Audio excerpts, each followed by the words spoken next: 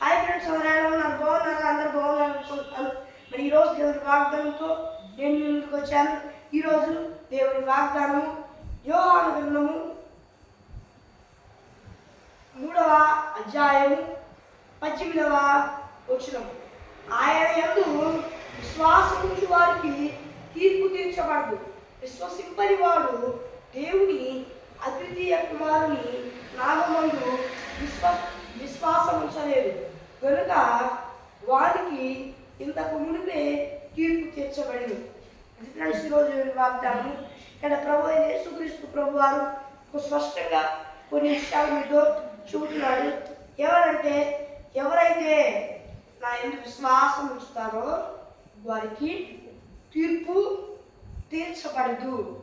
తీర్పు తీర్చబడక కృపతో నా రక్తంలో కడగబడతారు కనుక, నా యందు విశ్వాసం ఉంచుతారు కనుక, విశ్వాసం ఉంచి నా రక్తంలో కడగబడతారు కనుక వారికి తీర్పు తీర్చబడక నా రక్తం వారి మీద ఉంది కనుక వారు నా రాజ్యంలో ప్రవేశిస్తారు.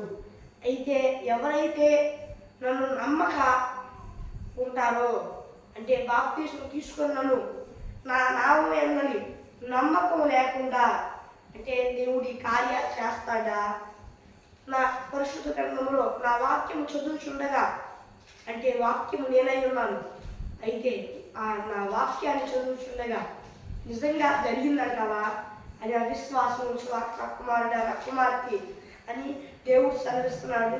ఎందుకంటే దేవుడు చెబుతున్నాడు, అవిశ్వాసం ఉంచితే నరక సమాధులు ఎప్పటికే తీర్పు తీర్చబడిందంట.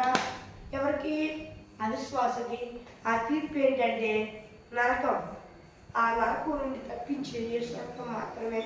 దేవుడు మీతో ఈ విషయాన్ని మాట్లాడుతున్నాడు. ఎవరితో ఈ విషయం చెబుతున్నాడు నాకైతే తెలియదు, కానీ దేవుడు సూటిగా స్పష్టంగా చెబుతున్నాడు. నా ఎందరి నమ్మికి నా కుమారుడా నా కుమార్తె నమ్మిన ఎట్లా శిక్ష నుండి తప్పింపబడతావు అని. ఎవరు నమ్మట్లేదో దేవుని అంత విశ్వాసంతో ఎవరు లేరో, అవిశ్వాసంతో యేసయ్యను నమ్ముకొని 10 సంవత్సరాలైనా 20 సంవత్సరాలైనా యేసయ్య మాట మీద నమ్మకం లేకుండా అయ్యా క్షమించు అని ఆయన రక్తంలో కడిగిబడిన తర్వాత మరలా తప్పులు చేయడం, మరలా కొంతకాలం తర్వాత ఒప్పుకోవడం, మళ్ళీ చేయడం, విడిచిపెట్టకుండా తప్పు చేసాం క్షమించయ్యా అని దేవుని దగ్గర చెప్పడం, మళ్ళీ దాన్ని విడిచిపెట్టకుండా చేయడం దేవుని ఎంత విశ్వాసం ఉంచినట్లే. ఎందుకంటే ఆయన ఎంత విశ్వాసం ఉంచాలని దేవుడు సెలవిస్తున్నాడు. తప్పు చేసేవాడు చేయకుండా ఉండాలి. అదే దేవుని ఎంత విశ్వాసం ఉంచాలి. దేవుడే అలా సహాయం చేస్తాడు. ఒకవేళ దాని నుండి విడిపోయి పడలేకపోతున్నారా అయ్యా అని ఆయన ఎంత విశ్వాసం ఉంచాలి. అయ్యా దీని నుండి నన్ను విడిపించు అని ఆ విశ్వాసం ద్వారా వాళ్ళు దాని నుండి విడిపింపబడి దేవుని రాజ్యాన్ని చేస్తారు. ఒకవేళ అదే విశ్వాసం లేకుండా అంతేనే ఎవరు కొంతమంది అంటే విడిపించాడు నన్ను విడిపిస్తాడా అని దేవుడు చేసి విడతాడే అని అనకూడదు. దేవా ఈ పాపం నుండి విడిపించు అని ప్రార్థన చేయాలని దేవుడు స్పష్టంగా ఈరోజు మీతో మాట్లాడుతున్నాడు. ఎవరు చేసిన తప్పునే చేస్తా మరి అయ్యా ఏమనుకోవాక అని అంటా మళ్ళీ చేస్తున్నారు, నేను దీన్ని జయించలేను అని అంటున్నారు.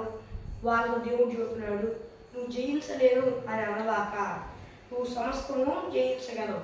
నేను సమస్తాన్ని జయించి ఉన్నాను. ప్రతి ఒక్క పాపాన్ని అంధకార శక్తులన్నీ దేవాన్ని నాకు మొదలు పెడితే యథార్థుడిపై ఉపవాస ప్రార్థన చేస్తే తప్పకుండా దాని మీద నీకు జయాన్ని ఇస్తారని దేవుడు చెబుతున్నాడు. ఎవరితో ఈ మాటలు చెబుతున్నాడో నాకైతే తెలియదు, కానీ స్పష్టమైన ఆయన మాటల్ని, ఆయన చెప్తున్న మాటల్ని వినండి. అందరూ దేవుడు చెప్పాడు, నమ్ముటని వలనైతే నమ్మువానికి సమస్తం సాధ్యమే దేవుడు చెప్తున్నాడు. మరి ఎవరు ఎలాంటి పరిస్థితుల్లో ఉన్నారో నాకైతే తెలియదు. యేసయ్యను నమ్ముకొని కూడా ఇట్లాంటి తప్పులు చేస్తున్నారా? చేయవాకండి.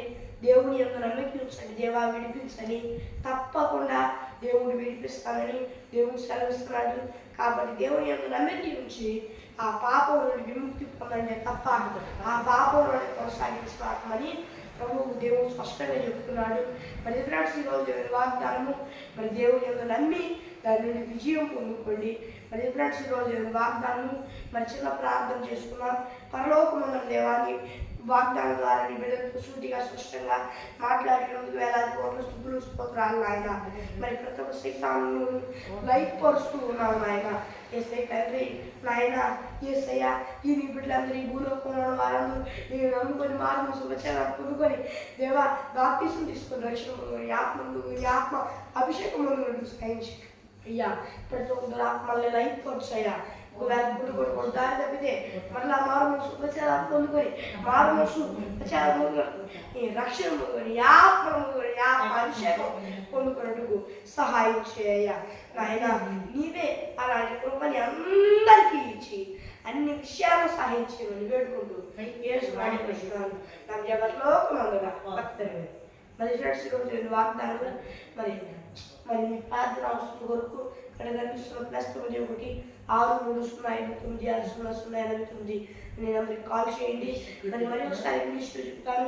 +9 6305960089 అనే నెంబర్కి కాల్ చేయండి. మరి దేవుని వాగ్దానంతో మరి కలుద్దాం. అలాగే దేవుని కృపాస్తం మనందరికీ తోడై నడిపించుగా. ఆమేన్. Praise lord.